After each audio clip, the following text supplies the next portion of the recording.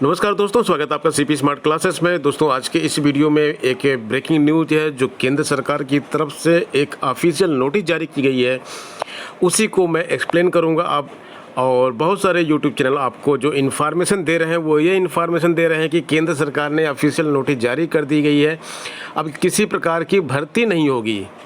इसको मैं इस नोटिस के माध्यम से एक्सप्लेन करूँगा कि आखिर में रियलिटी है क्या, और क्या रोज़गार पाने के लिए भी छात्रों को भी आत्मनिर्भर बनना पड़ेगा। बेरोज़गार क्या पकौड़े तलने के लिए ही बचे हुए हैं। तो सरकार की क्या रिस्पॉन्सिबिलिटी है और सरकार क्या कर रही है और इस नोटिस का क्या मतलब है, इन सभी बातों पर चर्चा करेंगे। तो दोस्तों वीडियो शुरू करते हैं। वीडियो शुरू करने से पहले अगर आपने हमारे चैनल को अभी तक सब्सक्राइब नहीं किया है तो चैनल सब्सक्राइब करके बेल आइकन दबा दें, जिससे इस तरह की अपडेट आपको समय पर मिल सके। दोस्तों ये है वह मेन नोटिस, जिसमें देखिए 4 सितंबर की नोटिस है। Department of expenditure north block ministry of finance की तरफ से ये नोटिस दिया गया है। ऑफिस मेमोरेंडम है और सब्जेक्ट क्या है, expenditure management further economy measures इसमें दिया गया है। इसमें ये बताया गया है, इसका देखिए गलत तरीके से लोग इसको इंटरप्रेट कर रहे हैं। यह नोटिस जारी की गई है रोज़गार रोकने के लिए नहीं है, ये बचत करने के लिए नोटिस जारी की गई है। इसमें देखिए क्या किन किन चीज़ों पर बचत करनी है। No printing publishing of books, publications, documents etcetera will be done on imported papers except where printing is done abroad by Indian missions. Expenditure on functions such as celebration of foundation day etcetera should be discourage और if felt necessary be appropriately curtailed. तो इसमें ये बोला जा रहा है कि printing जो है नहीं करनी है, पब्लिशिंग नहीं करनी है, किसी बुक की कोई बुक नहीं पब्लिश की जाएगी, कोई बुक प्रिंट नहीं की जाएगी, किसी प्रकार का डॉक्यूमेंट पब्लिश नहीं किया जाएगा। और जो फाउंडेशन डे का सेलिब्रेशन होता है कि इसका फाउंडेशन डे ये है, उसका सेलिब्रेशन करना है, तो उसको नहीं करना है। अब किसी भी प्रकार का फाउंडेशन डे को सेलिब्रेट नहीं करना है, और अगर ज़रूरी है करना तो उसको कर्टेल्ड किया जाएगा, उसमें कटौती की जाएगी, ये बोला गया है इसमें। और ये भी बोला गया है in case travel of such functions and provisions of bags and memo notes should be avoided. तो ये सारी चीज़ें इसमें जो ट्रेवल वगैरह है इसको अवॉइड किया जाएगा। कंसल्टेंसी असाइनमेंट्स इसमें दिया गया है। ऑल मिनिस्ट्रीज डिपार्टमेंट्स में carry out a review of the individual consultants appointment in their respective ministry departments in consonance with the provision of GFR। और इसको इसमें बोला गया है कि इसको रिड्यूस करना है, रिक्रूटमेंट रिड्यूस करना है। किस तरह का रिक्रूटमेंट को रिड्यूस करना है? कंसल्टेंसी जो मिनिस्ट्रीज़ और डिपार्टमेंट कंसल्टेंट रखते हैं, कंसल्टेंट जो रखते हैं यानी कि सलाहकार जो रखते हैं, उचित सलाहकार रख लेते हैं अपने विभाग में, तो उसको नहीं रखना है, ये बात की जा रही है यहाँ पे।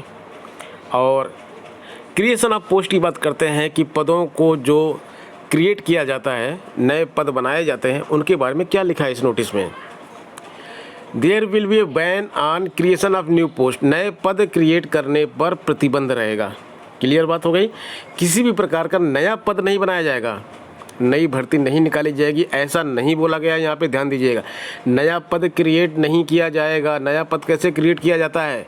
किसी भी मंत्रालय में कोई भी नया पद क्रिएट कर दिया गया, 10 लोगों को अपॉइंट कर दिया गया, केवल एक लोग को अपॉइंट कर दिया गया, एक नया पद क्रिएट कर दिया, कंसल्टेंट बना दिया गया किसी चीज़ के लिए, या फिर किसी कमेटी का सदस्य बना दिया गया, उसके लिए हायर कर लिया गया बाहर से। कोई भी छोटा सा काम है उसके लिए बाहर से किसी आदमी को हायर कर लिया जाता है और बहुत ज़्यादा उसको पे किया जाता है, तो उस तरह के पद नहीं बनाने हैं, ये बोला गया है।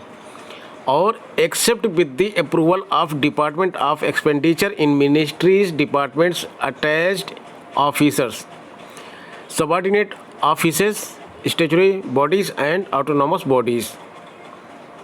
इसमें बोला गया है कि किसी भी प्रकार का पद क्रिएट नहीं किया जाएगा जब तक कि department of expenditure, ministry of finance का जो डिपार्टमेंट ऑफ एक्सपेंडिचर है, उससे जो है जब तक परमिशन नहीं लिया जाए, यानी कि अप्रूवल नहीं लिया जाए, अनुमोदन ना प्राप्त हो जाए, या फिर अपने मिनिस्ट्री में अप्रूवल ना हो जाए इसके लिए। सेकंड पॉइंट पे देखिए क्या लिखते हैं, the ban will cover all creations of post under power which have been delegated to any organisation regardless of the source of such authority और पावर। ये इसमें बोला जा रहा है कि किसी भी प्रकार के पद को क्रिएट नहीं किया जाएगा जो कि जिस पद को क्रिएट करने की पावर को डेलीगेट कर दिया गया है ऑर्गेनाइजेशन के ऊपर। अब ऑर्गेनाइजेशन को क्रिएट करने का मतलब क्या है, समझ लीजिए ONGC। ONGC क्या है, ONGC? Oil and natural gas corporation.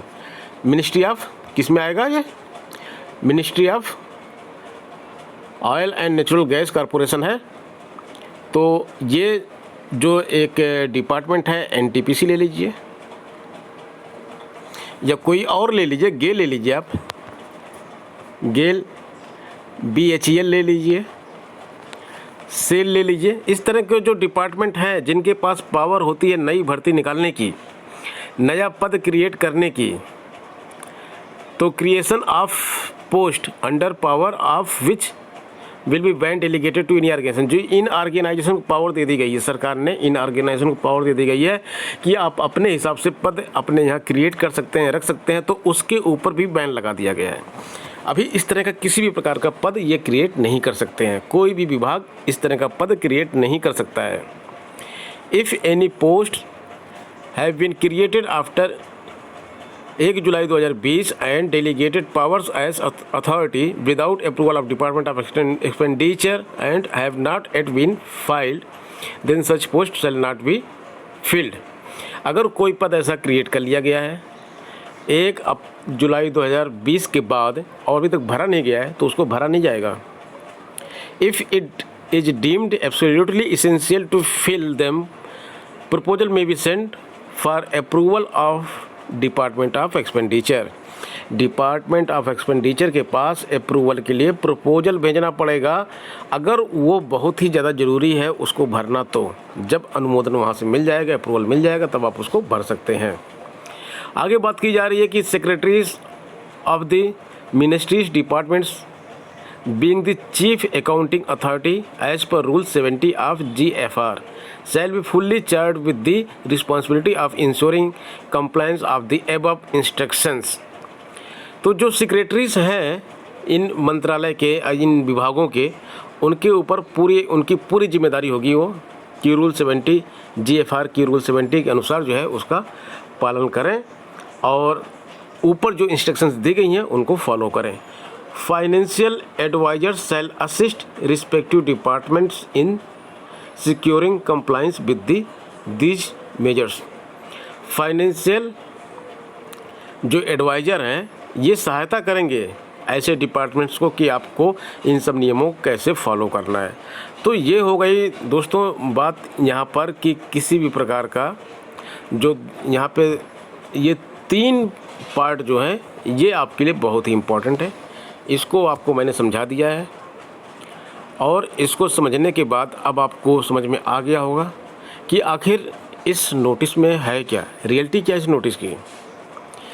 जो चीज़ें अफवाह उड़ाई जा रही हैं क्या वो सत्य है या जो मैंने बताया वो सत्य है, आप कमेंट बॉक्स में कमेंट कीजिएगा।